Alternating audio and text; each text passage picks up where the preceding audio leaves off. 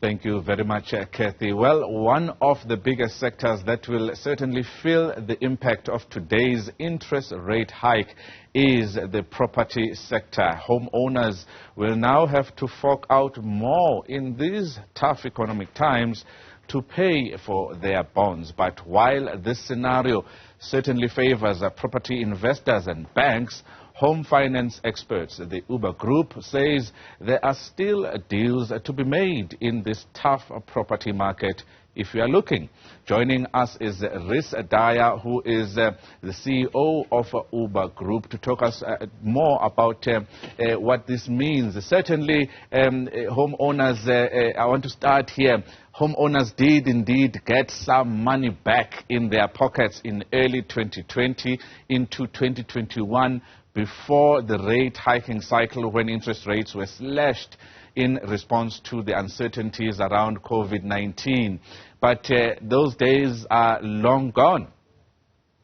Absolutely. We did see, the 7% interest rates, prime interest rates in 2020, 2021.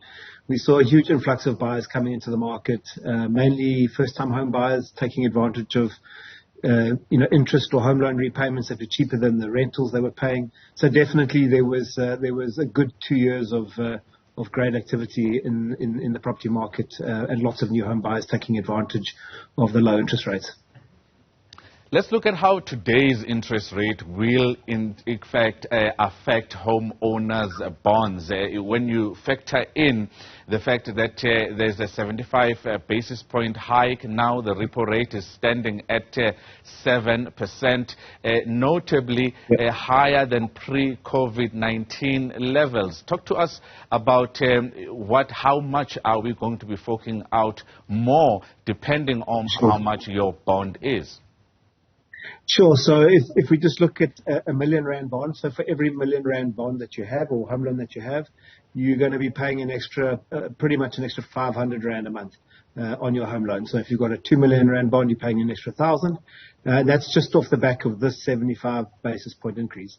If we look back to a year ago when the interest rate increase cycle started in November last year, the rates are up 3.5%. So that difference is more like 2,200 Rand a month on a R1 million loan. So, consumers are really going to feel the pinch of this ongoing interest rate increase. Talk to us about the pros and cons of fixing your bond repayment. If you are in the market for a property right now, is it a good idea? Is it a bad idea to fix that interest rate when it comes to your bond? What are the pros and cons?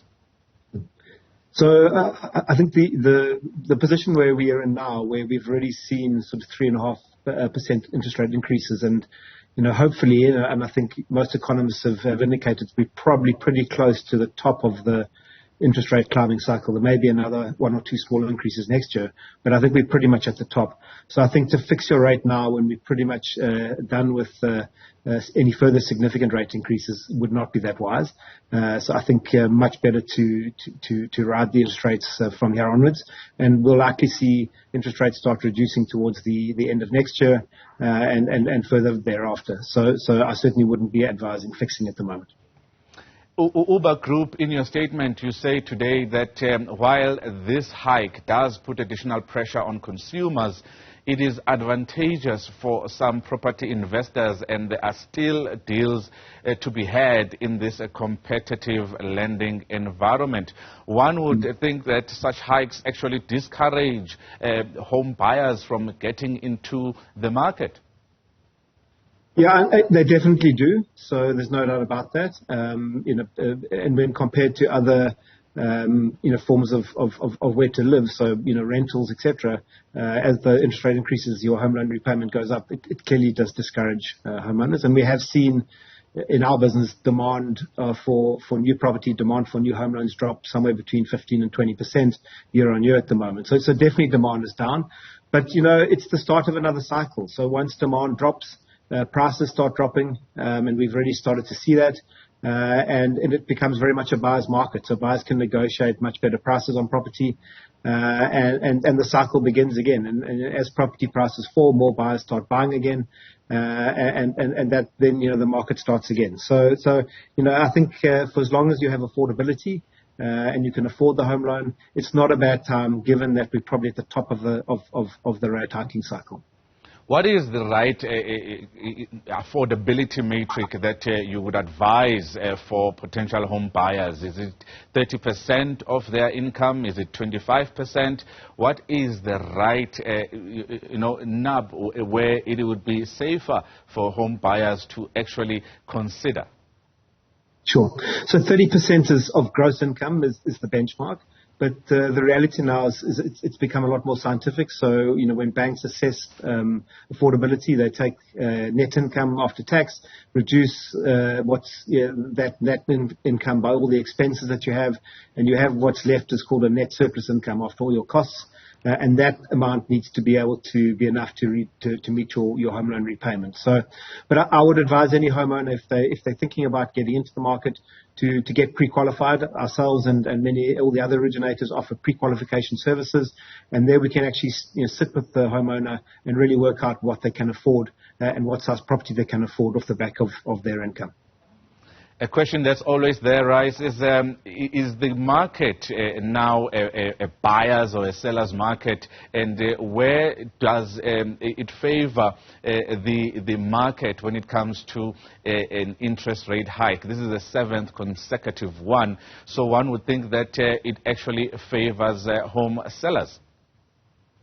No, I think as interest rates increase and demand starts slowing, you find that there's more properties on the market, so there's less people wanting to buy and more people wanting to sell, and that sort of demand-supply environment means that buyers can be a lot more picky about which properties they want to choose, and they can negotiate a lot harder with sellers in terms of the price they're prepared to pay, just because there's so many other options in the market available to them. So definitely moving into a buyer's market, and you'll see that the difference between what sellers are asking for their properties and what they eventually sell for will slowly start widening as buyers sort of gain more control in the negotiation process.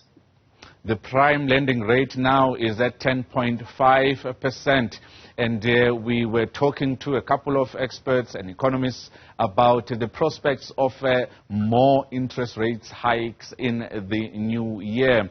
How would you rate and characterize the South African property market, as some experts are saying that it has actually outperformed the global property market when you look at it in 2022? Yeah, I think, if you compare the property price increases we've had in South Africa relative to, say, the US as an example, US property prices have grown extremely quickly, double-digit growth over a number of years. Whereas in the South African market, certainly over the last 5 to 10 years, we've seen below inflation growth in property prices. So yeah, property as an asset class in South Africa over the last few years, it hasn't been the greatest investment from an asset perspective, but you're getting steady returns at inflation or just below. So yeah, I wouldn't characterize the market over the last little while as being better than certainly many of the European and US markets in South Africa. Rhys, that's all the time that we have this evening. Thank you very much for your time. Rhys Dyer is the CEO of Ooba Group. They are the home finance experts, telling us that while this is not actually favorable for home buyers, there are still deals to be made out there